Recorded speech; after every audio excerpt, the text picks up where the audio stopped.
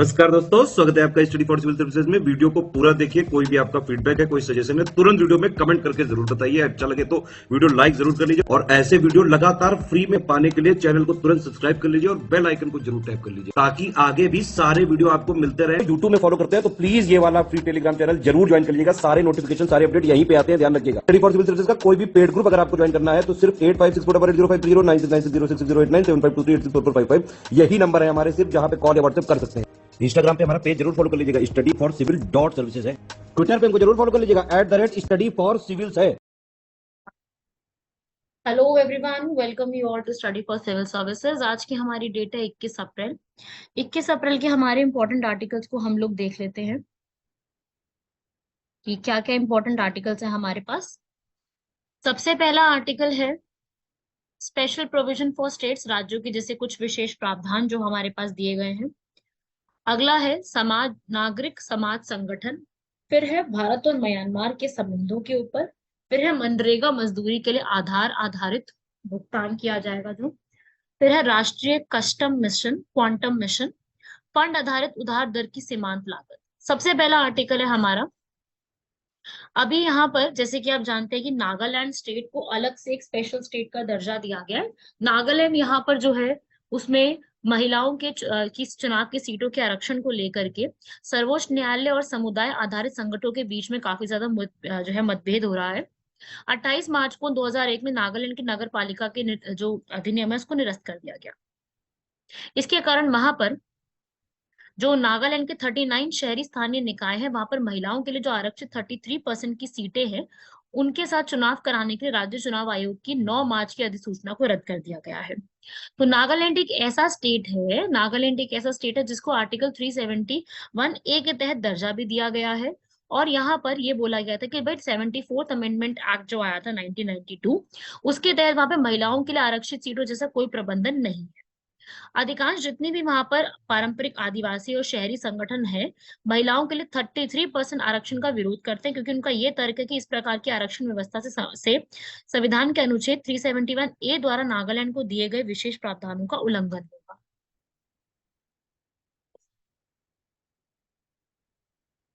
आदिवासी जितने भी निकाय हैं, नागरिक समाज संगठन है, वहां पे चुनावों को बहिष्कार करने की धमकी दी थी जब 2001 के उधार नगर पालिका अधिनियम में महिला आरक्षण प्रदान करने की समीक्षा और नागा लोगों के लिए बात की गई थी। और यहाँ पे सरकार ने जनता के दबाव के आगे घुटने यहाँ पर टेक दिए थे। अगर मैं 74th अधिनियम की बात करूं कि 74th अधिनियम किस चीज के ऊपर बात करता है, तो देखिए 74th अधिनियम 1992 में आया था। उस अधिनियम में क्या किया गया था? उस अधिनियम में भारत में पार्ट 9A और 12 शेड्यूल को ऐड किया गया था। और उसी के तहत यहाँ पर आर्टिकल 243 और 243 जी तक सारे आर्टिकल्स को जोड़ा गया था। आर्टिकल 233 यहाँ पर म्युनिसिपैलिटी में महिलाओं के लिए जो 1/3 सीट्स होनी चाहिए उसकी बात करता है। साथ ही साथ ये भी कहता है कि ये पढ़ेंगे कि भाई 1/3 सीट्स तो महिलाओं के लिए रिजर्व होनी चाहिए। SC और ST के लिए हर एक म्युनिसिपैलिटी में सीट्स का रिजर्वेशन होना चाहिए। तो यहाँ पर 1/3 रिजर्व जो होंगी ना सीट्स वो होंगी यहाँ पर वुमेन के लिए। और बाकी की जो सीट्स होंगी वो शेड्यूल ट्राइब्स और शेड्यूल कास्ट के लिए होगी, लेकिन वो सीट्स जो है ना 1/3 रिजर्व नहीं होगी। ठीक है, तो एक ये भी आपको याद रखना है। अब यहाँ पर स्पेशल प्रोविजन आर्टिकल 371 में भी दिया गया, जिसे 371 से लेकर 371 जे तक सारे प्रोविजन दिए हुए हैं, जिसके अंदर महाराष्ट्र, गुजरात, नागालैंड, आसम, मणिपुर, आंध्र प्रदेश, सिक्किम, अरुणाचल, गोवा, कर्नाटका ये सब दिए गए ताकि वहां पे होने वाली जितनी भी पिछड़ापन है उससे निपटा जा सके, आकांक्षाओं को पूरा किया जा सके, राज्यों के जनजातीय लोगों के सांस्कृतिक और आर्थिक हितों की रक्षा की जा सके, राज्यों के कुछ हिस्सों में अशांत कानून और व्यवस्था की स्थिति को निपटाया जा सके, स्थानीय लोगों के हितों में रक्षा की जा सके। अगर मैं 371 ए की बात करूं नागालैंड की, तो देखो यहाँ पर क्या होता है कि नागालैंड पर तब तक लागू नहीं होता जब तक राज्य विधानसभा वहां के निर्णय नहीं लेती। जैसे वहां से जुड़ी हुई कोई भी धार्मिक या सामाजिक प्रथा है, नागा प्रथागत का कोई कानून है, कोई प्रक्रिया है, या फिर कोई भी उस राज्य के स्पेशली जुड़े हुए वहां का कोई दीवानी फौजदारी न्याय का प्रशासन है, भूमि से जुड़ा हुआ कोई स्वामित्व का प्रशासन है, तो ऐसे सब प्रशासनों से जुड़े हुए वहां के नागालैंड के जो राज्यपाल और नागालैंड के जो राज्य सरकार है सिर्फ वही डिसीजन ले सकती है। यहाँ पे देखो यहाँ पर डिफरेंट डिफरेंट आर्टिकल्स दिए हुए हैं, जिसमें आर्टिकल 371 में महाराष्ट्र और गुजरात के लिए है, 371A में नागालैंड, 371B में आसाम के लिए है, सी में मणिपुर के लिए है, डी में आंध्र प्रदेश और तेलंगाना के लिए, ई में आंध्र प्रदेश सिर्फ, ई में, एफ में सिक्किम के लिए है, जी में मिजोरम, एच में अरुणाचल, आई और जे में। इस तरीके से दिया हुआ है। ये एग्जाम के लिए इंपॉर्टेंट हो जाता है। आर्टिकल 371 के जितने भी पॉइंट्स हैं उन सबको लर्न करना है आप लोगों को। इन सब में आप लोगों से जो है वो सवाल किए जा सकते हैं कि कहाँ पर क्या क्या है, कैसे है। ये सब नाम नाम के जो सवाल होते हैं वो आपसे पूछे जा सकते हैं। ठीक है। अब है आगे सिविल सोसाइटी ऑर्गेनाइजेशन, नागरिक समाज के संगठन। आज के समय में अगर हम भारत की सिविल सोसाइटी के ऑर्गेनाइजेशन की बात करें तो सरकार द्वारा नागरिक समाज के दमन के कारण नागरिक समाज संगठनों के लिए नीति और सार्वजनिक विमर्श को आकार देना बहुत कठिन सा हो गया है। हाल ही में ऐसे कई सारे कार्यकर्ता, पत्रकार, शिक्षाविद और छात्रों को राज्य और गैर राज्य सेवा प्रत्यादताओं द्वारा लक्षित किया गया। नागरिक समाज संगठन होते क्या है? देखिए, नागरिक समाज संगठन एक ऐसे संगठन होते हैं जो कि गैर लाभकारी सामाजिक क्षेत्र होते हैं, जिसमें लोगों द्वारा बनाई गई स्वैच्छिक संस्थाएं हैं जो राज्य और बाजार से अलग है। ठीक है। ये काफी एक बड़ा विस्तृत श्रृंखला होती है, जिसमें सामुदायिक समूह, गैर सरकारी संगठन, एनजीओज, लेबर के लिए हो गया, स्वदेशी समूह हो गए, विश्वास आधारित समूह हो गए, पेशेवर संघ हो गए, इन सबको मिला जुला के एक संघ बनाया जाता है। इन संघों का महत्व क्या होता है? नागरिक स्वतंत्रता को कायम रखने की जरूरत होती है। Association for protection of democratic rights उन लोगों को यहाँ पर सहायता देता है जो न्यायालय तक पहुंचने में ज्यादा सक्षम नहीं होते हैं। तो यहाँ पर जितने भी नागरिक समाज संगठन होते हैं वहां पर कानूनी सेवाओं को सक्षम बनाया जाता है और नागरिकों को दमनकारी रवैयों से बचाया जाता है। फिर अकाउंटेबिलिटी, जवाब, सरकार की जवाबदेही सुनिश्चित की जाती है। नागरिकों की लामबंदी, यहाँ पर नागरिकों को एक जगह से दूसरी जगह कैसे पहुंचाना है, या जितने भी छोटे छोटे से इश्यूज होते हैं जो कि लोकल एरिया में ज्यादा होते हैं उनको बनाना। नीति निर्माण कैसे किया जाता है, नीति के कार्यान्वयन में सुधार लाने के लिए, सिफारिशें लाने के लिए कैसे कैसे चीजें की जाती हैं, वो सब इसमें लिखा होता है। और साथ ही साथ नीति और कार्यक्रमों को भी कैसे इम्प्लीमेंट किया जाता है, वो सारी बातें यहाँ पर लिखी हुई है। सरकार की प्रतिक्रिया को भी यहाँ पर दिखाया जाता है कि सरकार की ये प्रतिक्रिया है इस पूरे को। अब यहाँ पर जितने भी जैसे हमारे भारत के अंदर स्वास्थ्य, शिक्षा, पर्यावरण जागरूकता, सामाजिक समावेश, कौशल वृद्धि, ये सब में क्षमता निर्माण कैसे किया जाएगा, विकास की कमी को कैसे दूर किया जाएगा, ये सारी जिम्मेदारी नागरिक समाज संगठन की होती है। ठीक है। वो आपको ना एक मौका देते हैं, वो आपको एक प्लेटफॉर्म देते हैं अपनी आवाज उठाने के लिए, जिसमें आप जितनी भी आवाज उठाना चाहें, चाहे वो यौन कर्मियों के लिए हो, एलजीबीटी के लिए हो, एचआईवी के लिए हो, हिरासत में यातना करने के शिकार लोगों के लिए हो। तो ऐसे जितने भी लोगों को यहाँ पर अपनी आवाज उठाने का मौका चाहिए वो यहाँ पर आवाज उठा सकते हैं। क्या चैलेंजेस फेस करे हैं? जैसे कि कई बार निर्भरता ज्यादा हो जाती है, अपर्याप्त कर्मचारी, ये तो सबसे बड़ी समस्या है कि जो नागरिक, मतलब जो वहां पे काम करने वाले लोग होते हैं ना, उनमें काफी ज्यादा कमी होती है, अयोग्य होते हैं, अकुशल होते हैं। जवाबदेही के मुद्दों की अगर मैं बात करूं तो यहाँ पर जवाबदेही के मुद्दों भी में भी कभी काफी ज्यादा जो है वो, मतलब बेसिकली यहाँ पर वो जवाब ले कैसे, अगर कभी भी उन्होंने कोई पैसा उन तक पहुंचाए और उन्होंने पैसों का सही इस्तेमाल नहीं किया है तो उनके पास कोई जवाबदेही देने के लिए भी कोई यहाँ पर जो है पर्सन अवेलेबल नहीं होता। गवर्नमेंट और सोसाइटी आपस में इंटरफेरेंस के रूप में काम करती है। दोनों का इंटरफेरेंस कैसे होना चाहिए, कैसे ठीक होना चाहिए, वो सारी चीजें एक तरीके से पूरे तरीके से यहाँ पर स्पष्ट नहीं होती है। ठीक है। लिखी नहीं होती है प्रॉपर सारी चीजें, लिखना भी बहुत जरूरी है सब चीजों के ऊपर यहाँ पर। ठीक है भाई, तो वो सारी चीजें यहाँ पर काफी सारी कमी के रूप में देखने को मिलती है यहाँ पर। तो आप अगर एग्जाम में यहाँ पर कोई भी क्वेश्चन आता है तो आप इसको आप लिख सकते हैं। आगे आने वाले समय में यहाँ पर जो परफॉर्मेंस उनका ऑर्गेनाइजेशन का, कैसे उनका प्रशिक्षण करना है, नेटवर्किंग कैसे होगी, परामर्श के माध्यम से क्षमता निर्माण कैसे किया जाएगा, कैसे टिकाऊ बनाया जाएगा, उन सब में मदद करने की भी यहाँ पे पूरी कोशिश है। और ये जितने भी अपने राजस्व स्रोतों में विविधता लाने की कोशिश करते हैं, एक श्रृंखला के साथ जोड़ना चाहिए, ये सब कोशिश यहाँ पे की जाती है।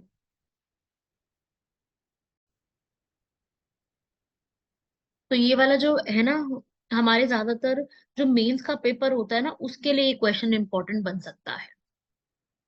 ठीक है भाई, ये आप बना सकते हो। अगर मान लीजिए सिविल सोसाइटी ऑर्गेनाइजेशन पे कोई क्वेश्चन आ जाता है तो ये आप पूरा डायग्राम उसमें बना सकते हो इस तरीके से कि ये सिविल सोसाइटी के जो संगठन होते हैं ये हमारी किस प्रकार से मदद करते हैं, तो आप ये बना सकते हैं।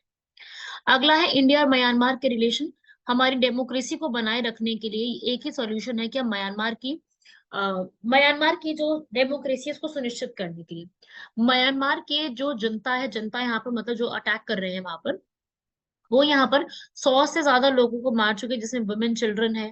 जब 2021 में वहां पे तख्ता पलट हुआ था ना, पूरी सरकार चेंज हो गई थी, तेजी से लोकप्रिय हो रही थी वहां पर, सुश्री सू की जो है नेशनल लीग फॉर डेमोक्रेसी सरकार गिर गई थी।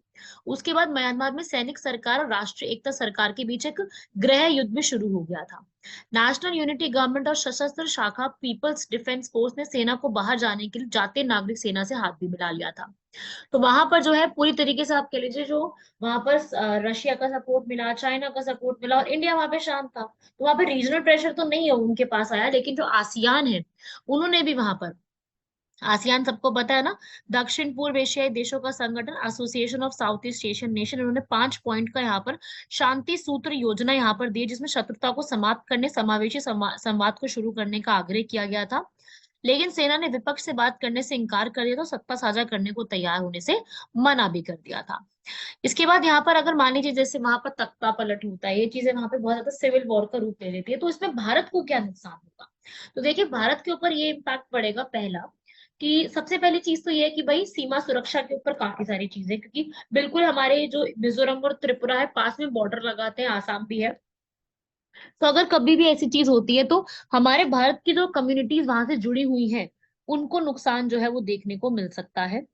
और उसके अलावा इंडिया जो है यहाँ पर वो अगर जैसे रेफ्यूजीज होंगे, उनको अगर वहां पे शरण देती है, तो भाई हमारी पॉपुलेशन ऑलरेडी ज्यादा है, हम इतना शरण दे करके ये सारे काम वैसे भी नहीं कर सकते हैं। ठीक है भाई। और हमें ऐसे स्टेप्स लेने पड़ेंगे, कैलकुलेटेड स्टेप लेने पड़ेंगे, जिससे हम लोग जो म्यांमार है वो चाइना की तरफ ज्यादा झुकाव में ना चली जाए, इसका भी सुनिश्चित करना होगा। और भारत को इस चीज को ऐसा यूज करना है अपने डिप्लोमेटिक को, कि हमें इस तरीके से इस्तेमाल करना है कि अ, जो भी चाइना है ना, उसका इन्फ्लुएंस वहां पे इंक्रीज ना हो। ठीक है। और इंडिया को अपनी इन्वेस्टमेंट भी वहां पे बढ़ानी, जैसे कि कलादान प्रोजेक्ट वहां चल रहा है, वहां पर ट्राइलेटरल हाईवे प्रोजेक्ट है, सिवित्ते पोर्ट है, रखीने में बनाए हुए हैं। तो यहाँ पर राइन में और ये सब जगह पे जो भी हमने इन्वेस्टमेंट की हुई है, उनको हम लोगों को ध्यान रखना है। जो ऑलरेडी हमारी इन्वेस्टमेंट है उसको, क्योंकि अभी नई इन्वेस्टमेंट तो कर नहीं सकते हैं। बाकी वहां पे जो है ड्रग, जो है शान प्रोविंस है म्यांमार का, वहां पे बहुत ज्यादा हीरोइन और ड्रग की यहाँ पर वर्ल्ड का सबसे बड़ा यहाँ पर वो बनाने लग गए हैं। मादक पदार्थों का व्यापार करने के लिए, नियंत्रित करने के लिए अधिकांश प्रमुख व्यक्ति, सेना, सरकार, समर्थक, व्यवसायी के साथ साथ जातीय नागरिक सेना भी वहां पे बनी हुई है। सेना का जो तख्ता पलट है उसके प्रति भारत का दृष्टिकोण कुछ ऐसा है कि भारत ने सोचा समझा दृष्टिकोण रखा हुआ है, और भारत ने वेट एंड वॉच का दृष्टिकोण किया कि भाई जो होगा उसके आगे समय में देखा जाएगा। वेट एंड वॉच करने का प्रावधान जो है वो होना चाहिए। इंडिया ने म्यांमार को बहुत ज्यादा ही यहाँ पर जो है काफी अच्छी अच्छी सहायता भी करी है म्यांमार को, जैसे चाहे वो कई जगह पे मीडिएटर बन करके करी हो, या इन्वेस्टमेंट की फॉर्म में करी हो, डेमोक्रेसी का एग्जाम्पल देके करी हो। और म्यांमार ने भी यहाँ पर जो है वो काफी पीसफुल रहने की कोशिश करी है, जैसे कि आप देख सकते हो यहाँ पर भी म्यांमार के साथ इंडिया के काफी सारे यहाँ पर हुगली रिवर जैसे इधर है, कलकत्ता से लेकर सिवेत्ते के रीजन में यहाँ तक आना जाना। यहाँ पे बिल्कुल मिजोरम है, पूरे मिजोरम का बॉर्डर जो है वो म्यांमार से शेयर होता है। तो इस प्रकार की चीजें जो है वो हम लोगों ने यहाँ पर कोशिश की हुई है कि हम लोग इसी को पूरे को यहाँ पर सिर्फ सॉल्व करें, और इन्हीं चीजों के ऊपर जो है वो ध्यान देने की कोशिश करें। तो भारत के ऊपर अभी तो देखो यही है कि भारत के ऊपर कोशिश तो इस प्रकार की है कि हम लोगों को जितने भी स्टेप्स लेने हैं वो बहुत ही कैलकुलेटेड तरीके से होने चाहिए। इस पूरे को डिप्लोमेसी के रूप में किस प्रकार से इस्तेमाल करना है, उस पर ध्यान देने की जरूरत है। अगला है आधार के साथ जुड़ी हुई हमारी जो पेमेंट्स हम लोग करते हैं उसके ऊपर। मनरेगा के लिए अभी सरकार ने एमजी नरेगा स्कीम के तहत आधार के साथ जो पेमेंट होती है उसको एक्सटेंड कर दिया है। जनवरी 2023 में यहाँ पर जो ग्रामीण विकास मंत्रालय, उन्हें राज्य सरकारों को यहाँ पर जितने भी मनरेगा में लाभार्थी आते हैं उनको आधार से जोड़ करके पेमेंट भुगतान करने की बात करी है। अब क्या होगा, अकाउंट से जुड़ करके आधार के तरीके से आपको पूरा दिया जाएगा, जिसमें आपको एक जॉब का कार्ड दिया जाएगा, और आपको एक बैंक अकाउंट होगा जो आपके आधार से जुड़ा होगा। और ये सारा काम एनपीसीआई देखेगी, national payments corporation of India, जो कि सारा ऑलरेडी देखती है इस चीज के लिए। वो पूरा अपना मैपिंग वगैरह का तैयार करेगी। लेकिन प्रॉब्लम क्या है, कई बार ये बहुत ज्यादा लंबा हो सकता है, बोझिल हो सकता है, कठिन हो सकता है। क्यों? क्योंकि इसके अंदर आपको क्या करना पड़ेगा, केवाईसी, नो योर कस्टमर कराना पड़ेगा, पूरी बायोमेट्रिक डिटेल्स करानी पड़ेगी, आधार कार्ड डेटाबेस तैयार करना पड़ेगा, बैंक खाते की भी संभावित विसंगतियों को हल करना होगा, जो कि यहाँ पर उन तक जो है करना थोड़ा मुश्किल हो जाता है। अभी मिनिस्ट्री के हिसाब से केवल 43% मनरेगा श्रमिक के आधार करवा पाए हैं सारी चीजों को, तो अभी यहाँ पर इसको इम्प्रूवमेंट कराने की जरूरत है। एमजी नरेगा अपने आप में तो है ही इंपॉर्टेंट, आप लोग सभी लोग जानते भी हैं। अगला है नेशनल क्वांटम मिशन। भारत ने अभी नेशनल क्वांटम मिशन की शुरुआत करी है। 6003 करोड़ रुपए से यहाँ पर अभी पूरे इस वित्तीय वर्ष से लेकर के 2030-31 तक क्वांटम मिशन को लगाने की कोशिश करी है। क्वांटम टेक्नोलॉजी क्या होती है? क्वांटम टेक्नोलॉजी एक ऐसी प्रणाली होती है जो कि फिजिक्स में सब एटॉमिक क्वांटम एंटेंगलमेंट, जिसके लिए अभी फिजिक्स में यहाँ पर नोबेल प्राइज भी दिया गया था क्वांटम एंटेंगलमेंट के लिए, क्वांटम सुपरपोजिशन, इन सब के phenomena, photons, electrons, neutrons, atoms, इन सबको यहाँ पर जोड़ा जाएगा। इसमें ये बताया गया कि जितने भी ये सूक्ष्म कण हैं, ये सब चाहे एक दूसरे से कितनी ज्यादा दूर है पर फिर भी ये एक जैसा ही बिहेव करते हैं। और ये सूक्ष्म कणों के व्यवहार को शास्त्रीय भौतिकी जो क्लासिकल फिजिक्स ने वर्णित नहीं किया है, इसलिए इसको यहाँ पर क्वांटम मैकेनिक्स जो है उसके तहत यहाँ पे लाया गया है। भारत भी इसी पूरे एरिना में रिसर्च करते हुए, जैसे भारत अभी सेमीकंडक्टर्स, लिथियम के ऊपर, क्लाइमेट चेंज के ऊपर, चिप मैन्युफैक्चरिंग के ऊपर रिसर्च वर्क कर रहा है, सेम उसी प्रकार से भारत इस पूरे पर्सपेक्टिव में भी रिसर्च वर्क करने की बात कर रहा है कि हम इसी में ही रिसर्च वर्क सारा जो है वो करने वाले हैं। और कोशिश यही रहेगी सरकार की कि ऐसे टॉपिक्स पे अब रिसर्च वर्क को और ज्यादा प्रमोट किया जाए। अब यहाँ पर जो पूरा मिशन होगा उसमें सैटेलाइट से बेस होकर के 2000 किलोमीटर के दायरे में इंडिया के आसपास और इंडिया के आसपास की कंट्रीज में क्वांटम मैकेनिक्स को डेवलप किया जाएगा। और ऐसे अलग अलग थीमेटिक हब बनाए जाएंगे जिसमें क्वांटम कंप्यूटिंग, संचार, संवेदन, मौसम विज्ञान, इन सबको जोड़ करके यहाँ पर थीमेटिक हब्स यहाँ पर बनाए जाएंगे, जिसमें पूरा का पूरा जो एक बेसिस होगा वो रिसर्च और डेवलपमेंट, मतलब कि अनुसंधान और विकास के ऊपर ही सिर्फ किया जाएगा। ठीक है भाई, तो ये है नेशनल क्वांटम मैकेनिक्स मिशन, जिसमें अगर सरकार, जैसे आपको पूरा 1 करोड़, कितना करोड़ है ये तो आपसे कोई नहीं पूछेगा, पर हाँ ये पूछा जा सकता है कि नेशनल क्वांटम मिशन कब स्टार्ट किया गया है, कब किया गया। और उसमें थोड़ा बहुत, जैसे मान लीजिए ये पूछ लेंगे क्वांटम एंटेंगलमेंट के ऊपर, यूपीएससी ऐसे सवाल कर लेती है। यूपीपीसीएस में कम है ऐसा चांस कि प्री में पूछा जाए, पर यूपीएससी जो है वो प्री के एग्जाम में इस प्रकार के क्वेश्चन आपसे पूछ सकती है। अगला है marginal cost of fund based lending, MCLR. ये रिजर्व बैंक यहाँ पे लेकर के आती है। Reserve bank, Canara bank, bank of Baroda, इन सब ने यहाँ पर जो है आरबीआई की रोक के बावजूद भी अपनी एमसीएलआर को बढ़ा दिया। अब एमसीएलआर क्या होता है? ये न्यूनतम ऋण की दर होती है जिसके नीचे बैंक किसी को उधार देने की अनुमति नहीं होती, कि मतलब ये एक पॉइंट है, ये परसेंटेज है, इससे कम में आप किसी को भी यहाँ पर पैसा नहीं दे सकते हो। ये एमसीएलआर की जो रेट है वो यहाँ पर 2016 में जो है वो लाई गई थी, और उसी हिसाब से आरबीआई ने डिसाइड की, एक बेस रेट डिसाइड कर दिया जाता है कि भाई इससे कम में आप लोन नहीं दे सकते हो, इससे आप कम में इंटरेस्ट रेट पे आप लोन नहीं दे सकते हो। ठीक है, फिर भी यहाँ पर दे दिया गया है। इसका बेसिक बात ये होता है कि भाई आपको पूरा पता रहे कि कितना इंटरेस्ट रेट कौन सा बैंक दे रहा है, पारदर्शिता रहे, और पूरा जो है जो कस्टमर्स है उनको भी एक प्रॉपर, एक मिनिमम जो है वो तो पता रहे कि इतना मिलना ही मिलना है, ताकि हर एक व्यक्ति को, हर एक कस्टमर को, हर एक पर्सन को यहाँ पर लोन का कितना, कैसे अमाउंट क्या जाना है, उसकी पूरी जो एक जानकारी होती है ना, बेसिक बेसिक जानकारी, वो सबको होनी चाहिए। तो बेस रेट यहाँ पे यही होता है जो कि आरबीआई डिसाइड करती है। जैसे कि आरबीआई अपनी मॉनेटरी पॉलिसी निकालती है, आप लोग जानते हैं उस चीज को, तो आरबीआई ऐसी एमसीएलआर के पहले बेस रेट निकालती थी, अब एमसीएलआर निकाला गया, दोनों का ये एक तरीके से मिनिमम रेट जो सेट कर दिया गया ना, उसी को हम ये कहते हैं। अगला है यहाँ पर हमारे क्वेश्चन, हार्पून मिसाइल्स। अभी मिसाइल्स काफी सारा, जैसे कि आप जानते हैं, न्यूज में रहती है, कोई ना कोई मिसाइल यहाँ पर न्यूज में रहती रहती है। तो अभी एक मिसाइल आ गई है, हार्पून मिसाइल, जो कि किसी भी वेदर में काम करेगी। ये सबसे खास बात यह है कि सदाबहार है, किसी भी ऐसे वेदर में ये काम कर सकती है। क्षितिज के ऊपर उड़ेगी, जहाज रोधी मिसाइल प्रणाली, सदाबहार मिसाइल है, कभी भी कहीं पर भी काम करेगी। सक्रिय रडार मार्गदर्शन के साथ निम्न स्तर समुद्र स्कीमिंग क्रूज के लेकर काम करेगी। 30 नेशन इंडिया के साथ साथ इसको इंक्लूड कर रखे हैं। ये एक्चुअली में बनाया किसने था? मैकडोनल्ड डगलस, इन्होंने इसको बनाया है, जो कि यहाँ पर अब बोइंग कंपनी है जो कि क्रूज मिसाइल्स को यहाँ पर बनाती है। ठीक है, तो यहाँ पर सरफेस शिप, सबमरीन, सारी चीजें ये डेवलप करते हैं। तो ये अभी इंडिया भी ने भी इसको यूज करा हुआ है। बाकी इस तरीके से एक मिसाइल जो है आप लोगों को याद रखनी है, हरपून मिसाइल इस तरीके से नाम है। इंडिया भी यहाँ पर उसके पास, इंडिया के पास भी है। सारी स्टेटमेंट ठीक लिखी हुई है। अगली एक्सरसाइज है यहाँ पर, एक्सरसाइज इन योर कॉज।